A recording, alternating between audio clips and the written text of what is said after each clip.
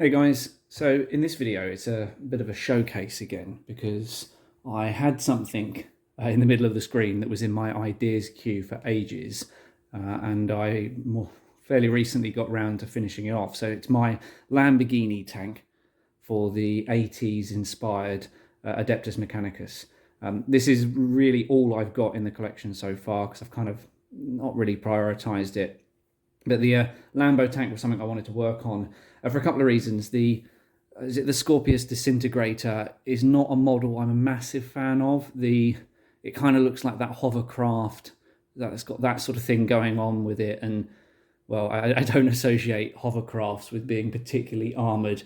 Not that Lamborghinis are armoured either, but it has that obviously that 80s, that feel to it with being a Countach. It's got angular sort of like lines along the bodywork, so it kind of already looks like a grav tank. Right, so I did a little bit of work, and this is what we've got. So I want to, in this video, just detail a little bit of the construction, what went into the build, and I'll link to my blog on this particular army in the description if anyone wants to go and check it out. But firstly, to build this, I used it was a model kit. I'm trying to have a quick look at what this scale was. It was a 1/24 Countach model from Italy, I believe, and I pretty much sort of like from the offset had to rebuild the bottom to fit the grav plates from the is it the Impulsor set? So if I bring this in here, so you can see just underneath it a little bit there, it wobbles a little bit on the tree, but so I'll put some photos up here and here of the underside of that and what I had to do. So basically, it was splitting the underside of an Impulsor in half and having one at the front end, one at the back end. Then after that, it was a case of cutting a hole out of the Countach's roof to fit what is effectively, let's bring it into focus there. I think it's the part from a Razorback, which I just cut down and cut the exact hole to fit this part into the roof of the model, and I'll throw up an image here. Then after that, we had to fill in the wheel arches. So of course, with this being a car model, it had gaps for the tyres, and obviously I removed all that. I cut ice cream tub plastic to fill the voids of the wheel arches, then used actual car body filler to fill in that gap, and then sanded it down. If I was doing it again, I probably used less filler because it was an awful lot to fill down, and hopefully that's on screen right now. And then what else did I do? Yeah, filled that all down. Started mounting the grav plates underneath. The rest of it came on pretty quickly, but the tail end of this back bumper here,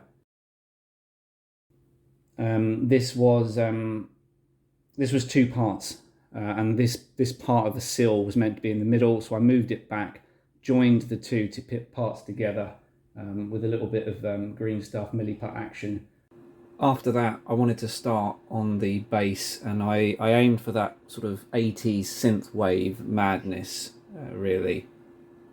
The palm tree was constructed out of lots of different segments made from milliput.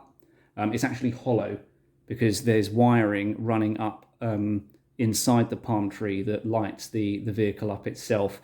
Now, for the most part, this army is not about being painted particularly well, right? It's not the greatest paint job I've done on armies, really, but it's more about the shock and awe value. That's kind of what I've been going for. The rock at the back, let me just turn around here, that actually holds the battery, right? So all the wiring goes underneath the model, he says gingerly as he turns it upside down.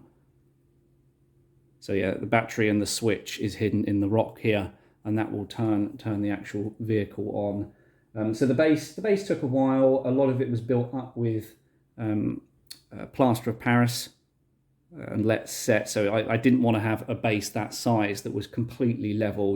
It's not natural like that. Not that any of the colours I've used are natural. And then, yeah, it was time for paint. The actual chassis itself was sprayed neon yellow, so white undercoat, neon yellow, then turned upside down, sprayed neon orange. And then finally, I sprayed the tiniest bit of white back on it, and then put the neon pink underside. So you've got that sort of gradient here, which I was fairly happy with. I don't have an airbrush, so, you know, rattle cans did the job. With the windscreen itself, this is the clear plastic windscreen, and I was in two minds of what to do with this. I was thinking, do I paint it like the armour, so it's kind of just part of the tank, or do I make a bit of a spectacle out of it? In the end, I got nail varnish, or nail film, you know, the stuff that ladies put and make their nails look shiny. I don't know the technical terms here, but that was applied with hard coat varnish to the inside of the plastic component, right? So I'm never going to scratch it or move it off here because that's all plastic this side. But it does, I'm kind of going for that. Maybe there's a force shield on the windscreen that covers the operators and crew. I do have alternate muzzles. So this barrel here is just magnetized, so I can pull it off and put the other weapon on if need be. But there we go, that's the Lamborghini, which is well renowned for flying. So other than that, I think that's largely covering it. There are some, obviously the lights itself, I did try and wire up, so the headlights, brake lights, this crystal here, this one here, and then we've got some neons underneath. I tried wiring them all up, but it wasn't enough I just didn't have enough power in the circuit, so I ended up just having the crystal light up and the neons. So I don't know how much we're going to see if I turn it on now, just a little bit. And as for the neons itself, there we go. You can just about see the clear acrylic rods that will hold in place. So the actual bulb is right at the back, the other side of the tree. So I'll throw up some still images now of various pictures of it taken in the sort of dusk, because it does show off the glow a little bit. So yeah, that's my 80s Lambo tank. It counts as my Skorpius Disintegrator, if I'm saying that right, I don't know. A lot of fish tank terrain there, just to bring it up to that 80s nonsense, really. Kind of imagine that they're listening to synthwave as they're powering across the battlefield, maybe planets inspired by No Man's Sky. But there we are. The figures, while I suppose I'm going through there, again, not technically very well done. A lot of it is just silver, you know, black wash, and then using the, I'm going to say it right now, Vallejo black paints, or if you're from North London, Valley Joe. But there we are. So that's the 80s Ad Mech army so far. I've had a bit of fun doing the Lambo tank.